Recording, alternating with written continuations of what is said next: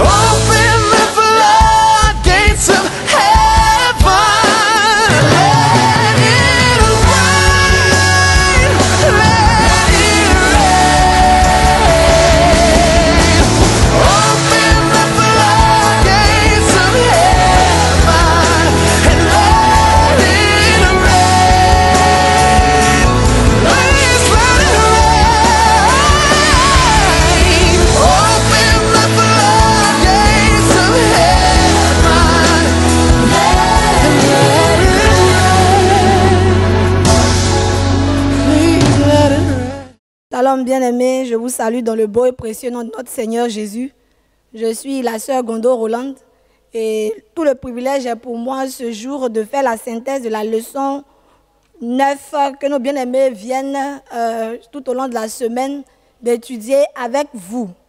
Alors le thème, faut-il le rappeler? Bien évidemment, la répétition étant pédagogique, je voudrais dire que le thème c'est exercer la liberté chrétienne avec amour. Je voudrais, pour ma part, donner à ce 6e jour de notre méditation un sous-thème qui va nous aider encore à approfondir notre réflexion sur la leçon que, comme je disais tantôt, on vient d'étudier. Et le thème que je vous propose, c'est la nécessité de protéger notre conscience pure dans l'exercice de notre liberté chrétienne. La nécessité de protéger notre conscience pure dans l'exercice de notre liberté chrétienne. Pourquoi avons-nous choisi ce sous-thème? L'actualité mondiale nous y pousse. Nous sommes à la fin des temps, une période que Jésus a dit du moins qu'elle serait parsemée de faux enseignements. Et pendant que vous êtes chez vous à la maison, l'ennemi, sachant que vous êtes fragilisé par l'absence de vie communautaire, peut profiter pour éloigner les uns les autres de Dieu. Voilà. L'objectif étant ainsi décliné, je voudrais passer aux définitions. Il y a 2 mots qui nous intéressent particulièrement parce qu'ils sont revenus à maintes reprises. Il s'agit de la conscience et de la connaissance. Disons tout de suite que la connaissance, c'est le savoir, c'est la science, c'est les informations, c'est le discours. Voilà, si on veut aller un peu plus en profondeur dans le domaine religieux, et pour certains même ésotériques, on pourrait parler de lien divin entre l'âme et l'âme humaine, bien sûr, et Dieu. Donc, la connaissance, c'est cette source d'information-là qui nous relie au divin. Ensuite, la conscience. La conscience, elle peut être définie comme l'organisation dynamique de la vie psychique de l'homme. Qu'est-ce que je veux dire? C'est non seulement dynamique et personnel en plus. Qu'est-ce que je veux dire? Je veux dire que la connaissance n'est pas fixe. Une conscience peut bouger d'un moment à l'autre, suivant les informations qui lui viennent. Et dans ce sens-là, le lien qu'il y a entre la connaissance et la conscience, c'est que justement, la connaissance réside dans la conscience. Vous connaissez parce que votre conscience a assimilé quelque chose. Et ce qui est plus pertinent là-dedans, c'est que c'est votre connaissance aussi qui vous détermine. À partir de ce que vous savez, vous avez un certain style de vie, vous avez une certaine démarche. Vous faites des choix précis. Alléluia. Je voudrais dire que c'est la raison pour laquelle justement Dieu en parle. Et il parle par qui? Par Paul, qui avait une certaine connaissance théologique bien avant d'embrasser la foi chrétienne et qui vivait à une époque où foisonnait beaucoup de connaissances philosophiques. Vous voyez bien que ce thème-là, on l'emploie beaucoup à l'école, on parle en philosophie. Et donc, ce n'est pas par hasard que Paul en fait mention. C'est parce que justement, il fallait avoir une idée bien claire, basée sur la Bible, de cette notion. Et comme nous aussi, nous devons vivre dans un monde qui a ses réalités, nous devons faire face à ces dites réalités. C'est ce que Paul a fait. Et nous ne cesserons de le dire, le livre de 1 Corinthiens est un livre très actuel. C'est pourquoi nous vous encourageons à suivre les études que nous faisons. Ça va nous permettre de triompher des difficultés de notre époque. Alléluia. Donc, pour rentrer dans le vif du sujet, ce que je veux relever comme élément, c'est d'abord les dangers de ne pas protéger la conscience pure. Les frères l'ont dit, plus ou moins, mais je voudrais être avec la Bible concrète pour nous aider à comprendre. D'abord, le premier danger, c'est par rapport à notre foi. Si vous avez une mauvaise information par rapport à Dieu, par rapport à votre marche chrétienne, sachez que vous êtes vous-même en danger. Et c'est justement pourquoi il faut s'attacher à des sources de connaissances qui nous font du bien. Et le premier couple qui était en danger, ils sont couple parce qu'ils ont eu la mauvaise connaissance ensemble. C'est vrai que c'est monsieur et madame, mais ils étaient deux à avoir cette mauvaise connaissance. Je vais parler d'Adam et Ève dans le jardin d'Éden. Jusqu'au chapitre 2, tout ce qu'ils savaient, ils ne le savaient que de Dieu. Dieu les a placés dans le jardin, il a donné des instructions, et c'est avec ces informations-là qu'ils fonctionnaient. Et la Bible nous dit, dans Genèse 2, verset 25, que « Or, Adam et sa femme étaient tous deux nus, et ils n'en avaient point honte. » Mais vous allez constater, en lisant le chapitre suivant, le chapitre 3, que quand Dieu réapparaît dans le jardin, Adam dit à Dieu qu'ils sont nus. Qui leur a donné l'information? Quand on lit, on se rend compte que c'est après avoir mangé le fruit défendu qu'ils ont eu cette connaissance.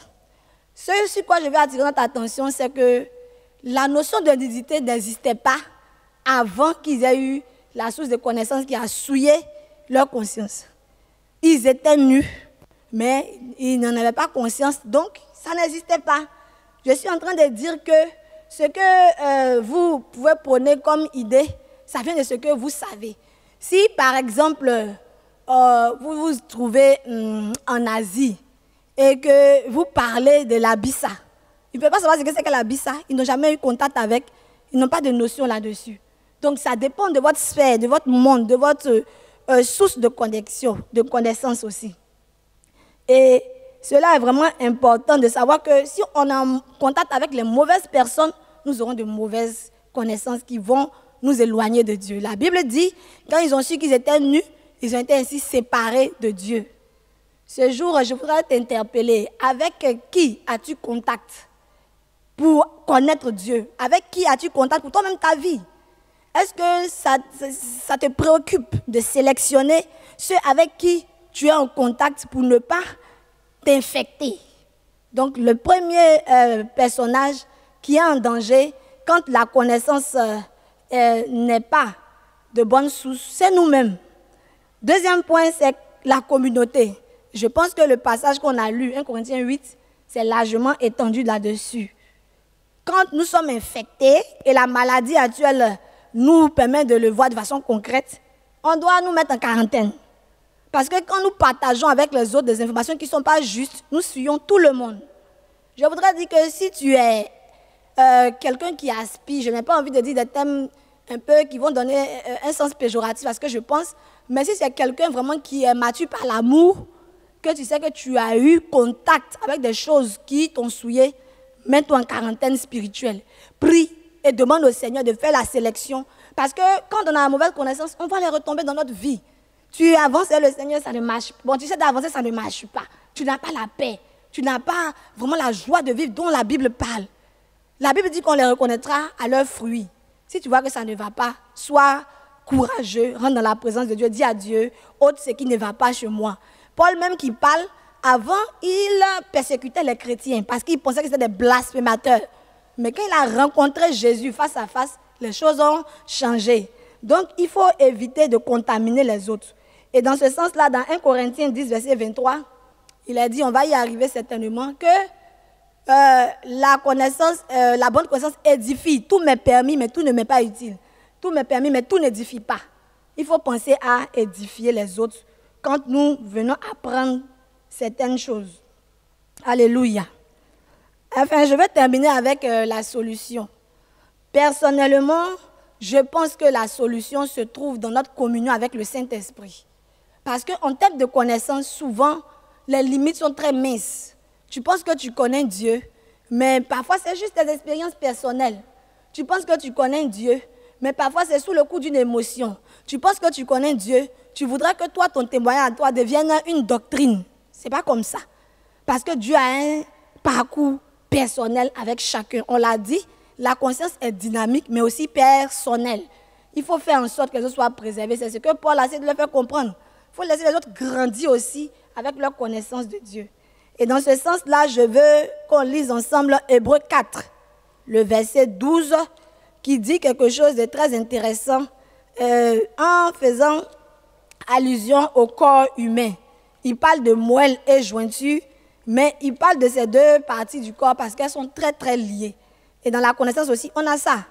Hébreux 4, verset 12, « Car la parole de Dieu est vivante et efficace, et plus pénétrante qu'aucune épée à deux tranchants, transperçant jusqu'à diviser moelle et jointure, âme et esprit, et jugeant des pensées et des intentions du cœur. » Donc, bien aimé, c'est important de se soumettre au Saint-Esprit. Il va mettre en lumière ce qui ne va pas. La conscience est la liée aussi de Dieu pour nous conduire dans le bon chemin. Quand ta conscience est éteinte, tu es dans les ténèbres complètement.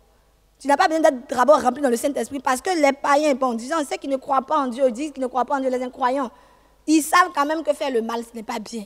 C'est déjà un allié que Dieu a mis en eux.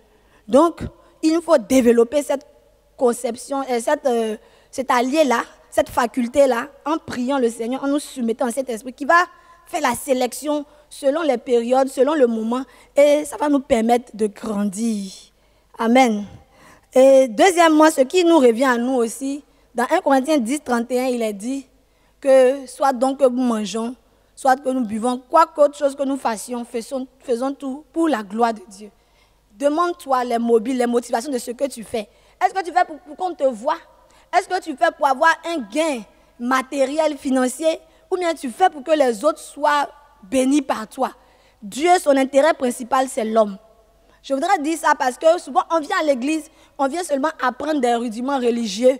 On ne comprend pas que tant qu'on n'a pas mis l'homme au centre, on n'est pas encore dans la pensée de Dieu. Sinon, il n'aurait pas donné son Fils unique pour que nous soyons sauvés. Je voudrais nous encourager donc, oui, par ces quelques propos-là, à protéger notre conscience. Elle va faire du bien à nous-mêmes, notre vie, afin que notre destin soit atteint, mais elle va faire du bien à tout le corps du Christ. Et si ça ne va pas, mettons-nous en quarantaine. La quarantaine du Saint-Esprit, c'est une bonne quarantaine pour nous faire grandir. Que Dieu donc bénisse ces paroles dans nos cœurs et que surtout elles produisent des effets pour sa gloire. Voilà. Je voudrais ensemble que nous prions pour ces quelques paroles que j'ai dites, parce que c'est Dieu qui donne la puissance productive à la parole. Sinon, nous serions en train de faire un raisonnement intellectuel creux.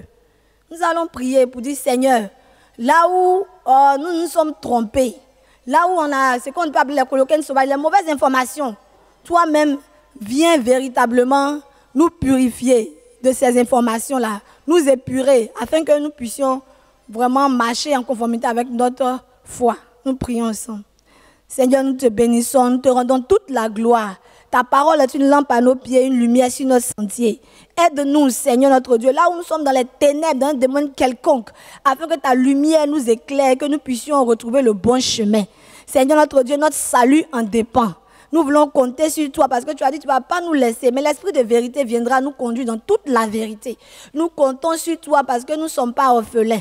Nous comptons sur toi parce que tu es fidèle. Merci de le faire pour nous qui sommes là, mais pour nos frères et sœurs à la maison. Quelqu'un quelque part, on va dire confiné, mais avec le mauvais enseignement.